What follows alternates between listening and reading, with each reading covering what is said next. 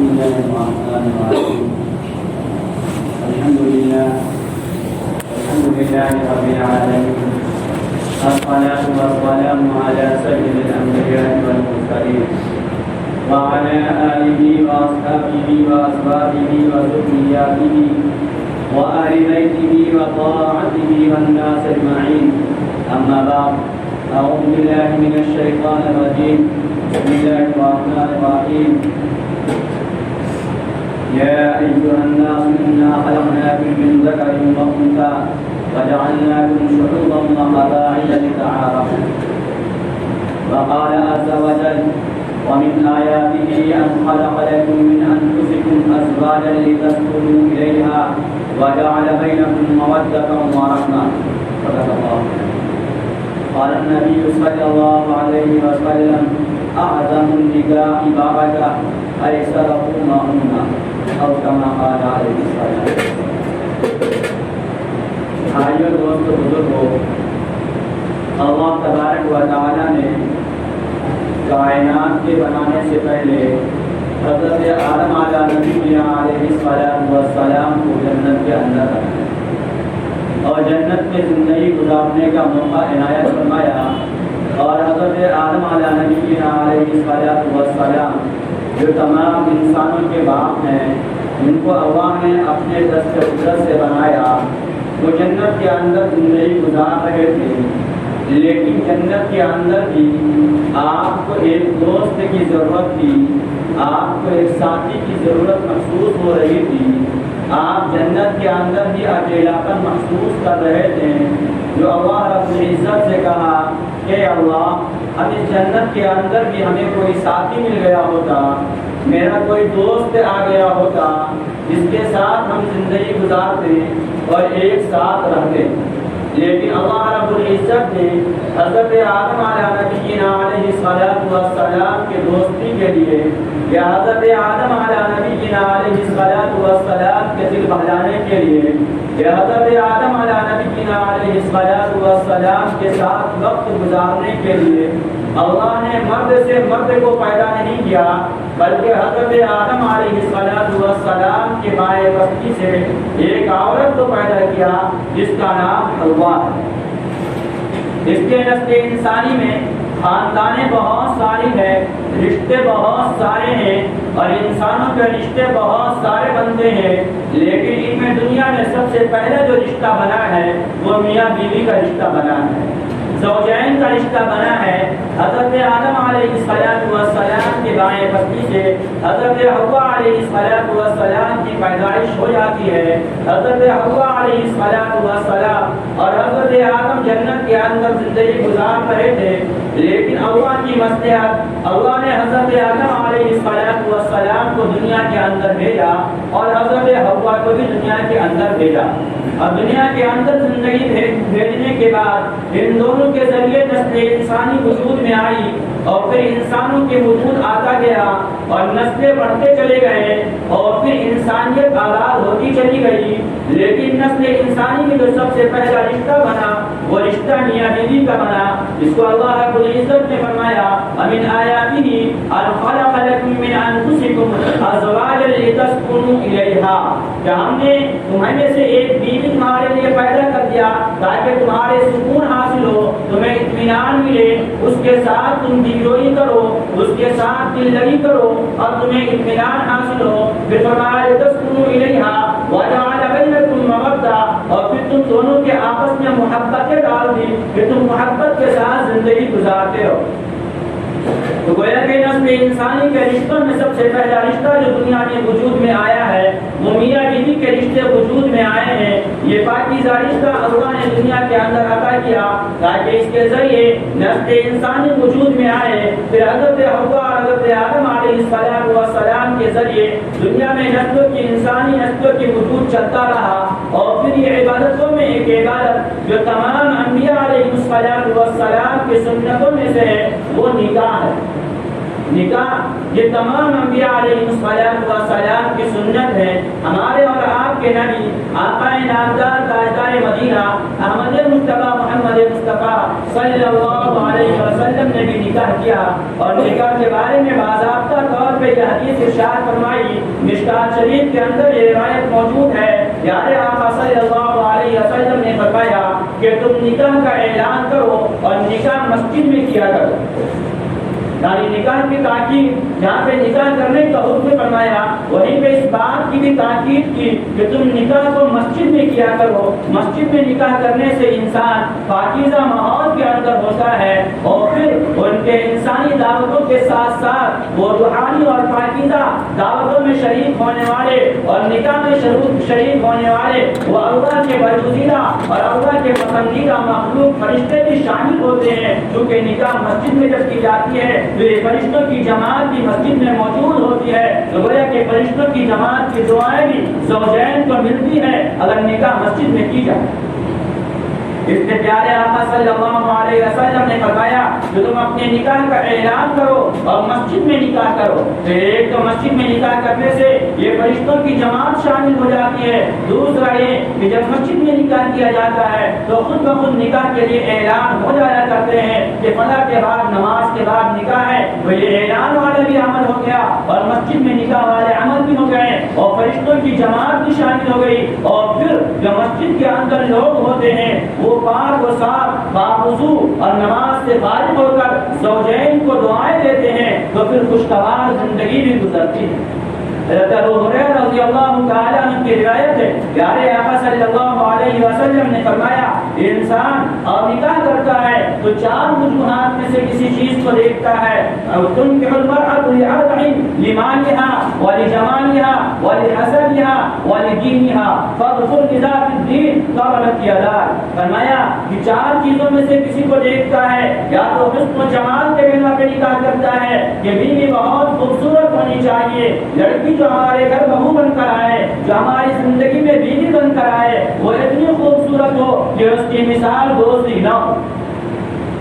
یا پھر اس لیے کوشش کرتا ہے کہ اتنا مالدار ہو کہ مالداروں کے مال کے بنا پہ ہمارے پاس مالوں کا ڈھیر ہو جائے اور مالوں کے ملنے کے راستے ہموار ہو جائے اور مالوں کے ملنے کے ذریعے بن جائے۔ تو فرمایا یا تو حسن و جمال کے بنا پہ انسان نکاح کرتا ہے، یا پھر مال کے بنا پہ نکاح کرتا ہے، یا حسب نسب کے بنا پہ نکاح کرتا ہے، اس کے لیے نکاح کرتا ہے کہ اس کے خاندان اچھے ہیں، ان کے خاندان کا روب و دبدبا ہے، ان کا خاندان کا پکڑ ہے، ان کے خاندان کی پونجیاں بول رہی ہے، اس لیے اس سے نکاح کیا جائے۔ اور چوتھی صفت یہ ہے کہ دیندار عورت سے، دیندار لڑکی سے نکاح کرتا ہے تو پیارے آقا نے فرمایا فَاظْفُرْ بِذَاتِ الدِّينِ، تم دین کو لازم اور ضروری پکڑو، اس سے کہ دینداری ہونے سے اس کے اندر سکون والی زندگی ملے گی، ورنہ یہ جتنی چیزیں ہیں یہ حسن و جمال بھی ہمیشہ رہنے والی چیز نہیں ہے، وہ ڈھل جانے والی ہے، ختم ہو جانے والی ہے، کسی حادثات کا شکار ہو جانے والی ہے۔ اور اسی طریقے سے مال بھی ہمیشہ کسی کے پاس نہ رہا ہے نہ رہ سکتا ہے۔ اللہ رب العزت نے خود فرمایا تلک الایام نداولها بین الناس، ہم لوگوں کے درمیان میں دنوں کو بدلتے رہتے ہیں، کبھی کوئی تنگست ہوتا ہے کسی موقع پہ ہم اسے مالدار بنا دیتے ہیں، کبھی کوئی مالدار ہوتا ہے ہم اسے تنگست بنا دیتے ہیں، یہ ان کے پاس مالوں کے رہنے کا ذریعہ نہیں ہے اور مال ہمیشہ نہیں رہا کرتی، اور اگر صرف مال ہو اور صرف حسن و جمال ہو تو یہ برائیوں کی دعوت دینے کا ذریعہ بھی بن سکتی ہے اور عزتوں کے نیلام کرنے کے ذریعہ بھی بن سکتے ہیں اور شوہر کے سکون کو چھیننے کا راستہ بھی بن سکتا ہے۔ لیکن اگر دینداری ہوگی تو پھر دینداری یہ ایسی چیز ہے کہ وہ شوہر کی عظمت کو سمجھے گی، اور پھر نکاح کے ذریعے جو خود بخود خاندان ملتے ہیں اور بہت سارے رشتے بن جاتے ہیں، مثلاً نسبتی باپ، نسبتی ماں، نسبتی بہنیں، یہ جو رشتے بن جاتے ہیں ان رشتوں کا بھی وہ خیال کرے گی، اپنے آپ کو دیندار ہونے کے بنا پہ اس بات کا لحاظ رکھے گی کہ شریعت نے ہمیں کن حد تک کسی کے سامنے جانے اور کس حد تک کسی سے باتیں کرنے اور کس حد تک کسی کے سامنے پیش ہونے کی اجازت دی ہے، اور پھر کن کا کیا حقوق ہے ان حقوقوں کو بھی وہ سمجھنے والی ہوگی۔ اس لیے تم دینداری کو لازم پکڑو اور دینداری کے بنا پہ رشتہ پیغام کو اور دینداری کے بنا پہ میں ہی شادی کرو. لیکن میرے بھائی دوستو بزرگو، آج ہمارا معاشرہ دینداری کو پسے پش ڈال دیا ہے اور دینداری کی طرف دھیان نہیں ہوتی. نکاح میں عام طور پہ الا ماشاءاللہ لوگ ایسے ہوتے ہیں جو دینداری کو دھیان دیتے ہیں اور دینداری کو دیکھ کر رشتہ کرتے ہیں اور دینداری کے بنا پہ پیغام دیتے ہیں. ورنہ عام طور پہ جو تین چیزوں سے منع کیا گیا انہی تینوں چیزوں کی طرف توجہ دی جاتی ہے، جس کے بنا پہ آج ہمارے معاشرے میں ہماری وہ غریب بہنیں، ہماری وہ غریب بچیاں، وہ ہماری غریب بیٹیاں جو اپنے گھروں میں اپنی جوانی کی عمروں کو گزار کر اپنی جوانی کی عمر کو گزار چکی ہے اور اپنی عمریں کاٹتی جا رہی ہے اور اسے کوئی اٹھا کر لے جانے والا اور کوئی اس سے نکاح کر کے گھر کو بسانے والا اور کوئی اس کے ساتھ بیوی کی زندگی عطا کرنے والا کوئی نوجوان تیار نہیں ہوتا. اس لیے نہیں ہوتا کہ اس کے پاس تو مال و دولت نہیں ہے، اس سے ہمیں کیا ملے گی، اور پھر وہ اسی طریقے سے زندگی گزار کے رہتی ہے. نتیجہ یہ ہوتا ہے کہ جب وہ اپنے ماں اور باپ کی بے چینی و بے قراری کو دیکھتی ہے اور اپنے ماں اور باپ کو پریشانیوں کو دیکھتی ہے تو پھر وہ غلط قدم اٹھانے کے لیے آمادہ ہو جاتی ہے. یا تو وہ خودکشی کر لیتی ہے یا پھر گھر سے نکل کر کسی سے ناجائز اور غلط تعلقات قائم کر کے اپنے آپ کو سکون میسر کرنے لگتی ہے. آپ نے دیکھا ہوگا کہ انسانوں کے اندر اللہ نے ایک مادہ بھوک کا رکھا ہے کہ جب انسان کو بھوک لگتا ہے تو وہ کھانے کی کوششیں کرتا ہے اور حلال غذا تلاش کرتا ہے. لیکن جب اس کی بھوک حد سے بڑھ جایا کرتی ہے اور حلال غذا ملنا میسر ہونا بظاہر ناممکن نظر آنے لگتا ہے تو پھر وہ حرام کی طرف قدم بڑھاتا ہے اور یہ کہتا ہے کہ بھوک سب کچھ کرواتی ہے. اور بھوک کے بنا پہ ہی ہم چوری کرنے اور بھوک کے بنا پہ ہی دھاگے ڈالنے اور بھوک کے بنا پہ ہی چھینتیں کرنے اور بھوک کے بنا پہ ہی دوستوں کے مالوں کے غصب کرنے کے لیے ہم نے راستے نکالے اور یہ طریقے اپنا کر اپنے پیٹ کو بھرنے کی کوششیں کی. یاد رکھو جس طریقے سے کھانے کی ضرورت پیٹ کو ہے تو حرام راستے سے آمدنیاں نہیں آیا کرتی تو انسان حرام راستے اپناتا ہے. اسی طریقے سے اللہ نے انسانیت کے اندر ایک نفسانی خواہشات رکھتے ہیں جس کی بھوک اگر بڑھیں گے اور اس بھوک پہ کنٹرول نہ کر سکا اور اس بھوک پہ لگام نہ ڈال سکا. پیارے آقا صلی اللہ علیہ وسلم نے لگام ڈالنے کا ایک راستہ تو یہ بتایا کہ تم نکاح کر لو تاکہ حلال طریقے سے تمہاری یہ بھوک مٹے اور اگر ان کے مٹانے کے حلال راستے نہ ملتے ہو تو تم کثرت سے روزہ رکھو تاکہ تمہاری شہوت مر جائے. تو آج تو روزہ رکھنے کا مزاج عام طور پہ ہمارے جوانوں میں ہے نہیں، ہمارے یہاں یہ مزاج قائم نہیں ہے. تو پھر اگر یہ حلال راستوں پہ بڑے بڑے تالے لگا دیے جائیں اور یہ حلال راستوں پہ بڑی بڑی پابندیاں لگا دی جائے اور حلال راستے کو اس کے نہ اپنایا جائے کہ نہیں ابھی بیٹے کے نکاح کیسے کرنے، ابھی تو دو بیٹی جوان ہونے والی ہے، ہوئی نہیں ہے، ہونے والی ہے، پھر اس کا نکاح کیسے ہوگا، بیٹا شادی کے بعد بدل جائے گا تو کون پوچھے گا. یہ ہمارے ایمان کی کمزوری ہے. جو رب پیدا کیا ہے وہ رب جوڑے بھی عطا کرے گا اور وہ رب اس کے انتظامات بھی کرے گی. کوئی ضروری نہیں گویا کہ ہم نے اپنے بچوں کی تربیت صحیح طور پہ نہیں کیا. اگر اپنے بچوں کی صحیح تربیت کیے ہوتے تو ہمارے دل میں یہ خطرہ پیدا نہیں ہوتا کہ ہماری اولاد نکاح کے بعد ہمیں چھوڑ دے. گویا کہ ہم نے اپنے اولادوں کو بھی اپنے ماں اور باپ کے مقام کو نہیں بتایا، اپنے اولادوں کو اپنے بچے اپنی بہن کی پرورش اور اس کے دیکھ بھال میں کیا فضیلتیں، ان فضیلتوں کو ہم نے اپنے بیٹوں کو نہیں بتایا. اسی وجہ سے ہمارے دلوں میں یہ خدشہ پیدا ہوتا ہے اور یہ ڈر لاحق ہوتا ہے اور یہ خوف آتا ہے کہ اگر نکاح کر دیا جائے گا تو پھر ان کے بہنوں کا کیا ہوگا، پھر میری بچیوں کا کیا ہوگا، ہم تو بڑھاپے کو ہو جائیں گے، پھر ان کا نکاح کون کروائے گا. اور پھر نتیجہ یہ ہوتا ہے کہ ہمارے جوانوں کی عمریں کٹتی چلی جاتی ہے، ہمارے نوجوانوں کی عمریں ڈھلتی چلی جاتی ہے اس امید پہ کہ بچی جوان ہوگی پھر اس کا نکاح ہوگا، اس کے بعد اس کے نمبر آئیں گے نکاح. تو بعض تو غربت کے بنا پہ اور بعض کے بعد ساری چیزیں ہونے کے باوجود ان بچیوں اور ان کاموں کے رکاوٹوں کے بنا پہ یہ سوچ کر اپنے نوجوانوں کی عمر کو ٹال دیا کرتے ہیں. بعض مرتبہ ہمارے نکاح اس لیے کرتے ہیں کہ ابھی بچہ کماتا کیا ہے، اپنے پاؤں پہ کھڑا کما ہوا ہے، 10-20 ہزار روپے اگر آمدنی نہ ہو اور اپنے ساتھ رکھنے کے اس کے پاس وسعت و گنجائش نہ ہو تو پھر اس کے نکاح کیسے کیے جائیں. حالانکہ نکاح کے اندر برکتیں ہیں. ایک صحابی پیارے آقا صلی اللہ علیہ وسلم کی خدمت میں حاضر ہوئے اور آ کر کہا یا رسول اللہ صلی اللہ علیہ وسلم بہت پریشانی ہے، واقع ہو رہے ہیں، پریشانی میں گزارا ہو رہا ہے۔ پیارے آقا صلی اللہ علیہ وسلم نے فرمایا نکاح کر لو، نکاح کے اندر برکت۔ اور آج نکاح اس لیے ڈالتے ہیں کہ جب تک نوکری نہ ہو جائے، جب تک اچھا فلیٹ نہ بن جائے، اچھی عمارت تیار نہ ہو جائے، 10-20 ہزار کمانے والا نہ ہو جائے، جب تک اس کی نکاح کیسے کی جائے؟ بھوک کے پورے کرنے کے ایک راستے تو یہ ہیں کہ انسان حرام راستے سے اپنے پیٹ کو بھرتا ہے، یا پھر حرام راستے ہوتے ہیں۔ حرام راستے کے بھی بہت سارے طریقے اور صورتیں ہیں جس میں سے انسان اپنے پیٹ کو بھرنے کے لیے حرام راستہ چوری کے بھی ہے، سود کے بھی ہے، رشوت کے بھی ہے، ڈاکے کے بھی ہیں، چھینتے کی بھی ہے، کم تولنے کے بھی ہے، دوسرے اور ذرائع ہیں۔ ایسے ہی نکاح کے خواہشات کو پورے کرنے کے صرف حرام راستہ ایک نہیں کہ کسی کو لے کر چلا جائے یا کسی جگہ جا کر اپنے منہ کالے کر لے، بند کا کمرے میں، بند کوٹری میں اگر وہ اپنے جذبات کو پورا کرنے کا کوئی غلط راستہ اختیار کرتا ہے تو یاد رکھنا ان سب کا ذمہ دار اس کے گارجن ہے جنہوں نے نکاح کو ٹال مٹول کیا، اور اس لیے کیا کہ ہمارے بچے بدل جائیں گے اور پھر ہمیں کما کر نہ دیں گے۔ ان سب کے گناہ کے ذمہ دار ان کے والدین، ان کے وہ گارجن ہیں جو اس کے سرپرست ہیں۔ بات بری لگے گی معاف کرنا، لیکن تنہائی میں سوچنا کہ آج ہم نے نکاح کو مشکل نہیں کر دیا۔ نکاح کو آسان، پیارے آقا صلی اللہ علیہ وسلم نے شریعت اسلام میں سب سے آسان کام جو ادا کیا وہ نکاح۔ نکاح تو اتنا آسان ہے کہ جس سے آسان تو کوئی اور چیزیں سمجھ میں نہیں آتی۔ نکاح کے لیے 2 گواہ موجود ہیں، ایجاب و قبول ہو گیا، نکاح ہو گیا،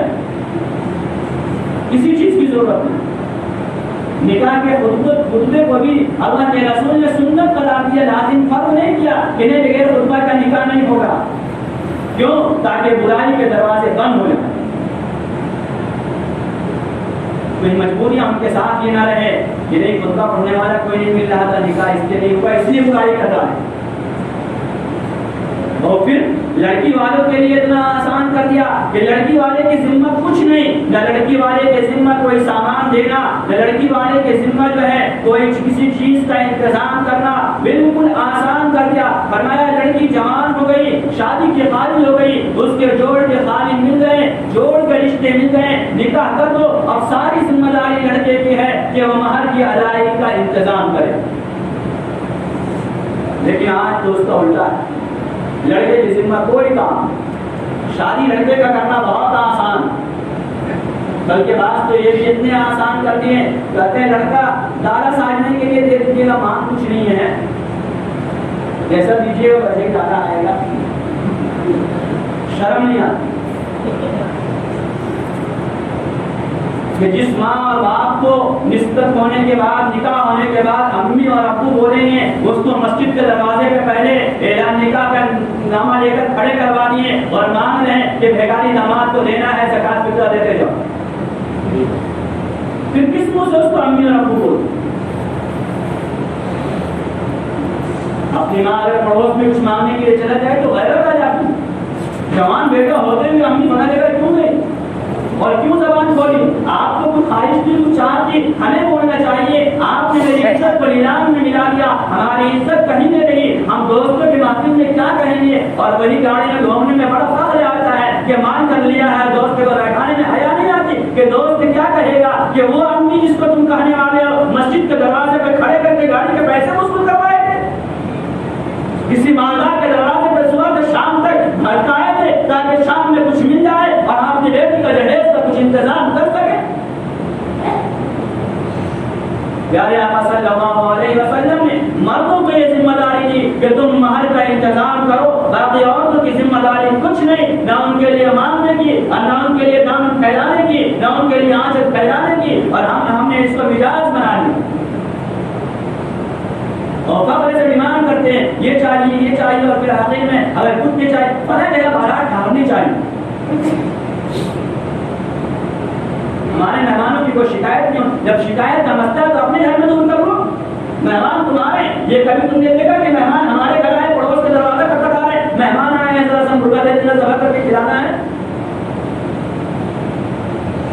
تو پھر اس موقع پہ کیوں کرتے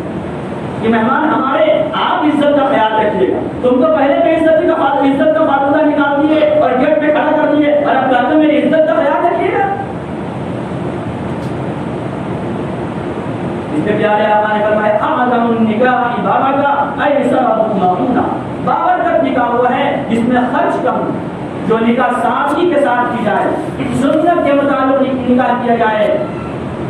اس نکاح کے اندر برکتیں ہوا کرتی ہے. اور جس نکاح کے اندر رسم و رواج ہو، دکھلانے کے لیے ہو، لوگوں کو خوش کرنے کے لیے ہو. آج ہمارا مزاج نکاح کے بارے میں یہ ہوتا ہے ہمارا کوئی دوست نہ ٹوٹ جائے، ہمارا بہنوئی نہ ٹوٹ جائے، ہمارا فلاں رشتہ والا نہ ٹوٹ جائے، رب روٹ جائے تو ٹوٹ جائے. ایک بات دل کے کان سے سننا میں نہیں کہہ رہا، میرے نبی نے فرمایا ہے، میرے رب نے ارشاد فرمایا، حدیث قدسی ہے، فرمایا جب کوئی بندہ کسی کو راضی کرنے کے لیے اللہ کو ناراض کرتا ہے تو پھر اللہ اس کو اس کے اوپر مسلط کر دیتا ہے. جو اپنے طور پہ راضی ہو جائے گا لیکن پھر اللہ کو ایسا راستہ ہموار کر دے گا جس کے بنا پہ وہ اس سے زیادہ روٹ کر اس پہ مسلط ہو جائے. لیکن اگر اللہ کو راضی کرنے کے لیے سب کو چھوڑ دیا، کوئی ناراض ہو تو ہو، ہم جو کام وہ کریں گے جو کام پیارے آقا صلی اللہ علیہ وسلم نے بتایا ہے، جو سنت کے مطابق کرنے کے لیے کہا ہے وہ کام کریں گے تو پھر اللہ نے وعدہ کیا ہے کہ ہم تمہارے دلوں میں محبتیں ڈال دیں گے. آج نکاح ہو جاتے ہیں، بچے بھی ہو گئے، 7 سال 8 سال 10 سال زندگی گزر جاتی اور میاں بیوی میں محبتیں نہیں. تعویذ والے کیا چکر کاٹ رہے ہیں، محبت نہیں ہو رہی کہ تعویذ کیوں نہیں ہو رہی؟ اس لیے نہیں ہو رہی کہ ہم نے نکاح کے موقع پہ تو دوسرے کو خوش کیا، اپنے اللہ کو خوش نہیں کیا. ہم نے نکاح کے موقع پہ یہ سمجھا کہ یہ تو ہماری مرضی ہے، ہم جو چاہیں خوشی کا مظاہرہ کریں، میرا رب ناراض ہو تو پھر اللہ پوری زندگی میں ناراضگی لا کر ایسا ڈال دیتے ہیں کہ پوری زندگی مصیبت بن جائے. میں یہ اکثر کہا کرتا ہوں کہ دیکھو پہلے کے لوگوں کی آمدنیاں کم تھی، پڑھے لکھے کم تھے، گھروں کے اندر آرام کم تھا، عورتیں کٹتی زیادہ تھی، لیکن میاں بیوی کی وہ محبت کی زندگی کٹتی تھی کہ دنیا اس کی مثال تھی. آمدنیاں کیوں؟ اس لیے کہ وہ نکاح کرتے تھے بڑے سادگی کے ساتھ. ابا جی نے رشتہ طے کر دیا، ہو گیا، کوئی دوست دیکھنے جا رہا ہے، کوئی جا رہا، پتا نہیں، بہن کو بھی پتا نہیں، ابا نے کسی سے رشتہ طے کر دیا ہے، نکاح ہو گئے، اللہ کو شواز زندگی عطا کر دیتا تھا. اور اب گھروں کے اندر آمدنیاں بھی زیادہ ہیں اور آج کے ہماری جو ماں بہنیں آتی ہیں ان کے ذمہ تو کوئی کام ہی نہیں ہے، سارے کام مشین کر رہے ہیں، پھر بھی رونا یہ ہے کہ کام کرتے کرتے تھک جاتے ہیں. آمدنی کا مسئلہ یہ ہے کہ پہلے سے بہت زیادہ ہے، جو ضرورتیں ہم سمجھ نہیں سکتے تھے وہ تمام آرائش کی چیزیں گھروں کے اندر موجود ہے، لیکن اس کے بعد بھی دلوں کے اندر پھٹن ہے، اس لیے کہ ہم نکاح کے موقع پہ اپنی مرضی چلاتے ہیں، اللہ کی مرضی کو چھوڑ دیتے ہیں. زندگی مصیبت بن جاتی ہے، پھر رونا ہوتے ہیں کہ بڑی مصیبت میں زندگی کٹ رہی ہے، کیا کیا جائے. بعض لوگ کہتے ہیں ہمارے تو ایک عزت تھی معاشرے میں، ہم کو لوگوں کے فیصلے کیا کرتے تھے، لیکن جب سے بیٹے کا نکاح کیا ہمارے گھر میں پنچایتیں اب بیٹھنے لگتی ہے، ہمارے گھروں کی آواز باہر نہیں جاتی تھی، اب تو ہمارے گھروں کی آواز لوگ سنتے ہیں، راتوں میں فیصلے کرنے کے لیے پہنچاتے. کیا ہو گیا؟ ہم بڑے پریشان ہیں، اس لیے پریشان ہیں کہ ہم اپنے نکاح کے موقع پہ عزت دار رسول کی عزت کی کوئی پرواہ نہیں کرتے ہیں، جن کے بنا پہ آنے والی وقت میں ہماری عزت کے خیال نہیں کرتے. ہم اس موقع پہ اپنی عزت کا خیال کرنے کے بجائے کوئی روکے تو روکے، ہم تو اپنے رب کو راضی کریں گے. رشتہ پیغام دیتے وقت اس بات کا خیال رکھیں کہ نہیں، ہم تو اس گھر میں دیں گے جس کے گھرانہ دیندار ہو، جس کی بچی دیندار ہے، جس کے اندر دین کی بوباش ہے، کچھ دین علم ہے. اب تو ہم قرآن کریم کا پڑھنا نہ پڑھنا یہ بھی کوئی معیوب نہیں سمجھا کرتے ہیں. پہلے لوگ گھروں کے اندر رشتے کے لیے جاتے تھے، کیا پوچھتے تھے؟ بچے قرآن شریف پڑھی ہیں؟ ہاں. اردو کی چوتھی پڑھ لیتی ہے؟ ہاں بہت پڑھ لی.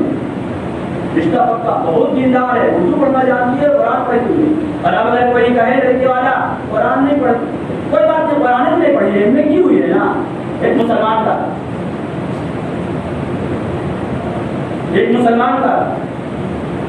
اور مسلمان کہاں تک گرا ہے آپ اندازہ نہیں کر سکتے. ابھی میں آپ کو ایک بات بتاؤں, شاید آپ کا دل تو قبول نہ کرے. ایک جگہ ایک بچی کا رشتہ ہو رہا تھا, بچی ایم اے کی ہوئی اور ماشاءاللہ حافظہ بھی, جیسے بھی میرے پاس رشتے آئے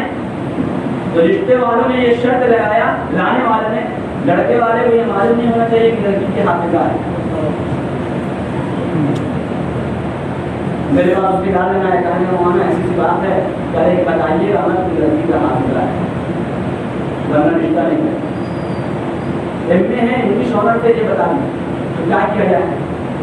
لیکن نہیں بتانے کا وجہ, کوئی اس کی وجہ ہونی چاہیے نا, کہ آخر کیا وجہ ہے کہ وہ نہیں چاہ رہے ہیں کہ نہیں پھر جو ہے نا وہ حافظہ ہوگی تو پھر پردہ میں رہے گی, ایسے کرے گی. یعنی ہم اپنے گویا کی بیوی نہیں لے جا رہے, شوپیس لے جانا چاہ رہے ہیں دوستوں کے لیے. مسلمان جب ایسے گر گیا اس کی حالت کیا ہوگی, اس کی زندگی مصیبت نہیں بنے گی تو کیا بنے گی. اس لیے فرمایا کہ دینداری کو دیکھ کر کرو, اور جب تک دینداری کو ہم دیکھ کر رشتے کر رہے تھے تب تک ہماری زندگیوں میں سکون کی, ہمارے نسلیں نیک پیدا ہو رہے تھے. اب نسلیں ہمارے خراب ہو رہے, جو ماحول کا ہنر ہوتے نا, یہ ماحول کچھ نہیں ہے, یہ ہماری نسلیں ہیں. ہر ایک آدمی, کوئی بھی سمجھدار آدمی کہیں بیٹھتا ہے یہی کہتا ماحول بہت خراب ہو رہا, ماحول بہت خراب ہو رہا. ماحول تو کہیں باہر سے نہیں آ رہا, ہماری اولادیں ہیں اسی سے ماحول ہے. ہماری اولادیں, آپ کی اولادیں, ان کی اولادیں, یہ سارے مل کر ایک معاشرہ بنا, یہ ایک ماحول بنا. گویا کہ ہم پردے میں یہ کہہ رہے ہیں کہ ہماری اولادیں بہت خراب ہو رہی ہیں, اور یہ اس لیے ہو رہی ہے کہ ہم نکاح کے موقع پہ شریعت کا جنازہ نکالتے.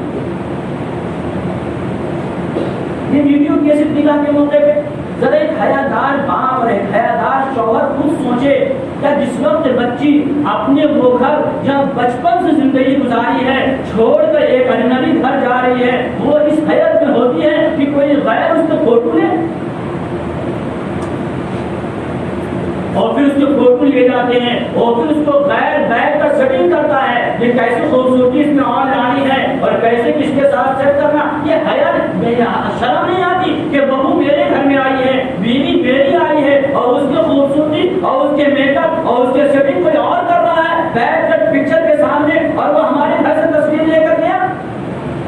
آج ہم عزت دار گھروں میں دعوت دے بھیجتے ہیں اور دعوت کے لیے بلاتے ہیں, اور نتیجہ یہ ہوتا ہے ان کو بلا کر اپنے گھروں میں بے عزت کرتے ہیں. اس معنی کر یہ کھانے کی ویڈیو بناؤ, یہ بڑے حیادار پردے میں رہنے والے فلاں امام صاحب اور فلاں مفتی صاحب اور فلاں مولانا صاحب کی بیوی ہے, لیکن ہم تو اس کی عزت کی جنازہ اپنے دعوتوں میں بلا کر نکالیں گے, کھانے کے لیے بیٹھے گی, فوٹو ہم لیں گے, اور پھر اس کی ویڈیو تیار کر کے لوگوں کو دکھائیں گے یہ فلاں کی بیوی. شرم نہیں آتی. شریعت نے جو کام کرنے کو کہا ہے وہ کرو نکاح کے اندر, تو آج بھی وہ سکون شادی کے بعد ملے گی جس سکون کا وعدہ اللہ نے کیا ہے. ازواجا لتسکنوا الیہا, تمہاری زندگی سکون والی, اور پھر اللہ محبت میں ڈال دے. شادی میں جو چیز ضروری ہے مرد کی ذمہ وہ مہر, جو ہمارے یہاں اس کا ماحول ختم ہو گیا. مہر اگر دے دے لڑکا پہلے, پتہ نہیں کیا بات ہے, سارے خاندان میں چھ میں گنجا شروع ہو جائے گا, کیا بات ہے پہلے ہی مہر دے دیا, کوئی بات دیکھا, کوئی معاملات دیکھا. حالانکہ یہی ہے کہ پہلے مہر ادا کرو. مہر اتنی رکھی جائے جتنے اس کے اندر استطاعت و گنجائش ہے. اگر اچھا کاروبار ہے, بہترین تاجر ہے, بہترین کمانے والا ہے, اچھی ملازمت ہے, لاکھ روپے رکھو. کم آمدنی کی مالک ہے, کم رکھو. یہ تو لڑکے کی استطاعت کے اوپر ہے, لڑکے کے اندر کتنی صلاحیت ہے مہر ادا کرنے کا, اور وہ مہر پہلے ادا کرے, اور یہ پہلے ادا کرنے کی ذمہ داری ہے. لڑکے کی ذمہ داری مہر کا ادائیگی ہے, لڑکے کی ذمہ داری لڑکیوں کا تمام نان نفقہ کی ذمہ داری ہے, اور پھر ولیمے کی ذمہ داری ہے کہ اللہ نے وسعت و گنجائش دیا ہے تو اپنی صلاحیت و استطاعت کے مطابق ولیمہ کرے. سودی قرض لے کر ولیمہ نہ کرے. سنت ادا کر رہے ہیں, اور پھر سنت ادا کرتے تھے ولیمہ, اور پھر برسہ گزر جاتا ہے اس کے قرض ادا کرنے, شریعت کی سنت ادا کرنے نہیں کرتی.